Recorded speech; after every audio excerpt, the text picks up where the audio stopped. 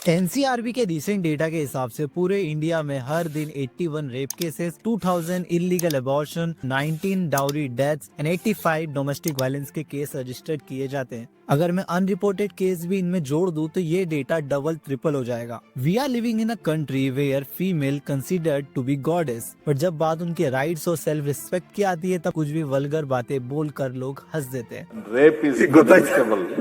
Lie down and enjoy it. Rapes या sexual violence अकेली problem नहीं है जिससे आज के टाइम वीमेन सफर कर रही है, बल्कि ऐसी कई सारी चीजें हैं जो वीमेन्स को फेस करनी पड़ती है। किसी भी लड़की या वीमेन के लिए सबसे बड़ा वेपन होता है उसका एजुकेशन, बट इंडिया के कई हिस्सों में आज भी लड़कियों के एजुकेशन को वेस्ट ऑफ मनी माना जाता है। जिस देश में रानी लक्ष्मीबाई जैसी फीमेल्स रह चुकी हैं, वहाँ आज भी लड़कियां रात को सेफली ट्रेवल नहीं कर सकती। हमारे वहाँ लड़कियों को लायबिलिटी और लड़कों को एसेट माना जाता है, बल्कि रूल्स सबके लिए इक्वल है। आज के इस वीडियो में मैं इस टॉपिक के रिलेटेड हर एक पहलू को कवर करने की कोशिश करूंगा। So without further more delay, let's start this informative video.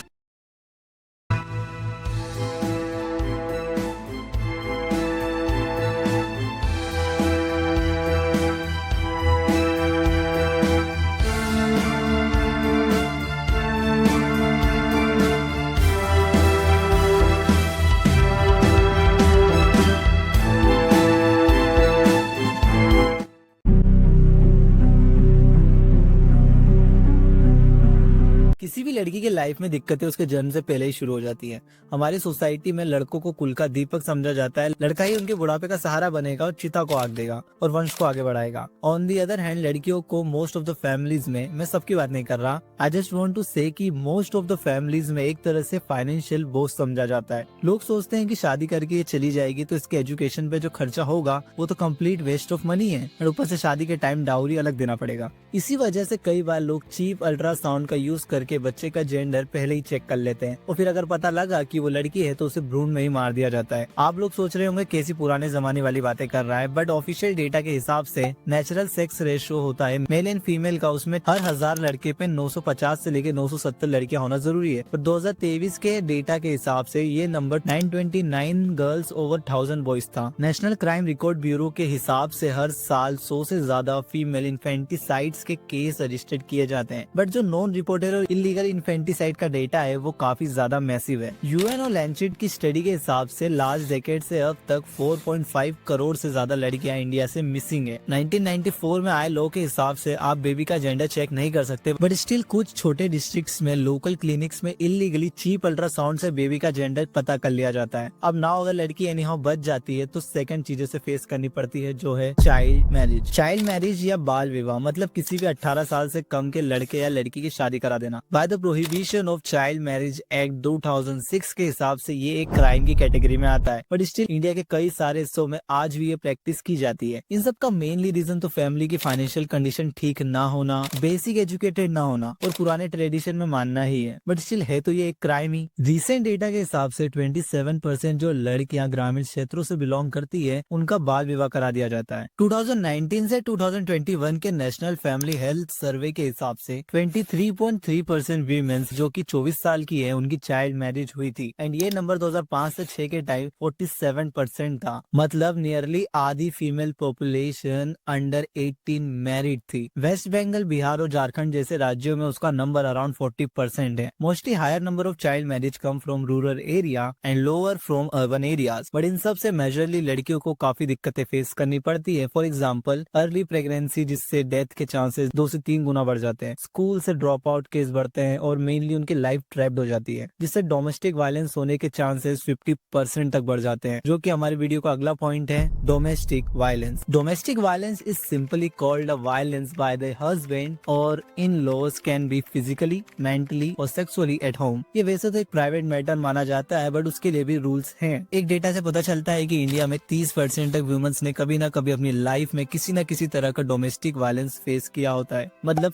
हर 3 में से एक लड़की ने। बट मेनली क्राइम क्राइम्स की रिपोर्ट ही दर्ज नहीं करवाई जाती ताकि फैमिली की इज्जत खराब ना हो। जैसा कि मैंने कहा 30% तक वीमेंस अपनी लाइफ में वॉयलेंस फेस करती है, बट जो रिपोर्ट पुलिस स्टेशन में की जाती है उसका नंबर सिर्फ 14% ही है। नेशनल क्राइम रिकॉर्ड ब्यूरो के 2019 के डेटा के हिसाब से पूरे देश में 4,45,000 वीमेंस डोमेस्टिक वायलेंस फेस करती है, जो कि अराउंड 1200 वीमेंस डेली हो जाता है, mostly in Bihar, Uttar Pradesh and Maharashtra. Majorly जो इंसिडेंट्स होते हैं वो पुअर्टी और अल्कोहल कंजम्पशन के कारण ही होते हैं। पुराने ख्यालात के कारण कुछ मैन सोचते हैं कि women should have follow their every single decision और ऑर्डर, और आग में घी डालने का काम अनएम्प्लॉयमेंट, अल्कोहल, बच्चों और मनी पे किए गए आर्ग्यूमेंट कर देते हैं। रूरल एरियाज में कुछ वीमेंस फैमिली प्रेशर के अंडर आकर ये सब कुछ चुपचाप सह लेती है। 35% pregnant women's also face domestic violence, जिसके कारण मिसकैरेज और सुसाइडल रेट बढ़ जाते हैं। पर protection of women's from domestic violence act के तहत काफी ज्यादा फीमेल्स की हालत में सुधार आया है, mainly in Kerala, because Kerala have lowest domestic violence cases and highest literacy rate thanks to better education and awareness. अब घर में लड़कियां सेफ नहीं है तो बाहर की क्या ही उम्मीद कर सकते हैं, जिससे हमारा अगला इशू आता है rapes and sexual harassment. Rape is the 4th most common crime against womens in India. India is one of the most dangerous places in the world for women and even young girls. According to NCRB 2021 report, 31,677 case registered किए जाते हैं across the country, मतलब 86 cases daily. And most shocking बात यह है कि 89% time जो rapist होता है वो विक्टिम की फ्रेंड्स, फैमिली या रिलेटिव में से ही कोई होता है। Most of the rape cases unreported ही रह जाते हैं, बट लास्ट कुछ टाइम से जो इंसिडेंट हुए हैं, जिनके लिए प्रोटेस्ट हुए, उनकी वजह से अब वीमेंस में काफी ज्यादा हौसला आया है रेप्स को रिपोर्ट करने का। इंडिया में हर 16 मिनट में एक रेप केस रजिस्टर्ड किया जाता है, पर मोस्ट ऑफ द केसेस में विक्टिम को इंसाफ नहीं मिलता, बल्कि उसे ही ब्लेम कर दिया जाता है कि वो शाम को अकेले क्यों निकली, उसने वैसे कपड़े क्यों पहने, वगैरह वगैरह। हमारी सोसाइटी में लोगों की मेंटेलिटी इतनी वाहियात हो चुकी है कि वो अपने घटिया जुर्म की सफाई यूजलेस रीजन देकर करते हैं, जबकि मोस्ट ऑफ द टाइम लड़की जिंदा तक नहीं बचती। कि कोई भी कैसी भी दिमाग का आदमी रास्ते में जा रहा है, उससे खूबसूरत अगर लड़की दिखी, सुंदर, अति सुंदर, तो उसका ब्रेन है वो इधर वो विचलित हो सकता है, तो रेप हो सकता है। आदिवासी में कौन सी अति सुंदर स्त्री है? एससी की कौन सी अति सुंदर स्त्री है? मोस्ट ओबीसी में ऐसी स्त्रियां सुंदरियां हैं। क्यों होता है बलात्कार? उनके धर्म ग्रंथों में इस तरह की निर्देश दिए गए। तो ये लिखा है कि इस जाति के साथ सहवास करने पर ये तीर्थ का फल मिलेगा, इसके साथ ये सहवास करने पर फलाना तीर्थ का मिलेगा।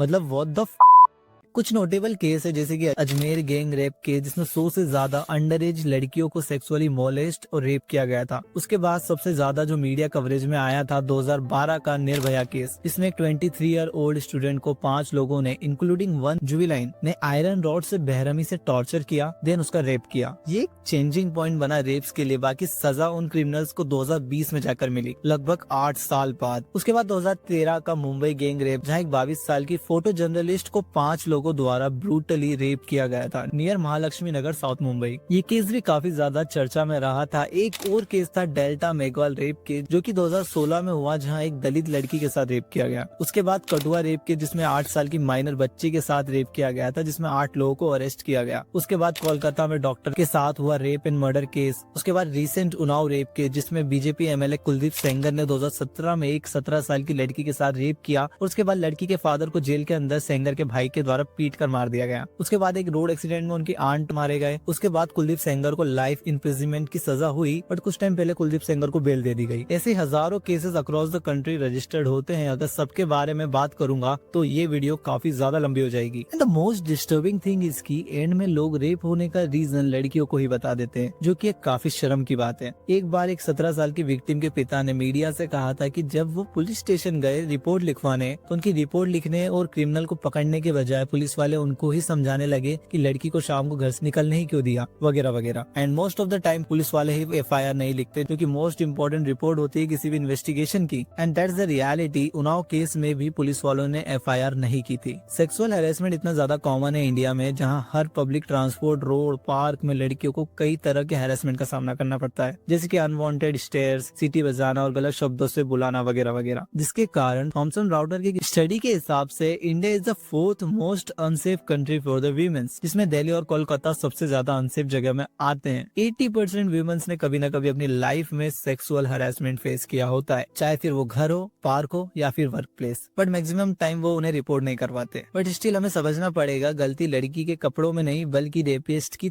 थिंकिंग में होती है। अगर कपड़ों में कुछ होता तो वो 8 साल की माइनर का रेप क्यों? वो तो एक प्योर सोल थी। रेपिस्ट की मेंटेलिटी ही काफी पिछड़ी होती है और हमारे वहाँ का जुडिशरी सिस्टम तो इतना ज्यादा स्लो है, इसके क्या ही कहने। इन सब चीजों से लड़ने के लिए अब किसी भी वीमेंस के पास एक ही वेपन रह जाता है, जो है एजुकेशन, जिससे उन्हें उनके राइट्स के बारे में पता चलता है। बट लड़कियों को एजुकेशन देना तो वेस्ट ऑफ मनी समझा जाता है देश के कई हिस्सों में। उन्हें डर रहता है कि अगर ये एजुकेट हो गई तो उनके ऑर्डर्स कौन मानेगा। बट बेटी पढ़ाओ बेटी बचाओ जैसी स्कीम्स के कारण देश के कई क्षेत्रों में वुमेन्स की हालत में काफी सुधार आया है। बट स्टिल काफी सारी चीजें हैं जिन्हें समझना पड़ेगा, जैसे लड़का हो या लड़की, they both deserve same love and education. Start appreciating them for their achievements and public में अगर कोई उन्हें ईव टीजिंग करे तो ऑन द स्पॉट उनकी हेल्प करो एंड उन्हें बर्डन समझने के बजाय उनके साथ में भी सेम ऐसा ही बिहेव करो जैसे कि आप किसी लड़की के साथ करते हो। Empower them by giving them education, जिससे उनके राइट्स का पता चले और वो सेल्फ डिपेंडेंट भी हो पाए। कि आज भी वर्क प्लेस में मेल्स का रेशियो फीमेल से काफी ज्यादा है। Now let's start respecting them and understand कि make women's feel secure around you is not your choice, it's your responsibility. वो कहते हैं ना, if you educate male you educate individual and if you educate women you educate the whole family.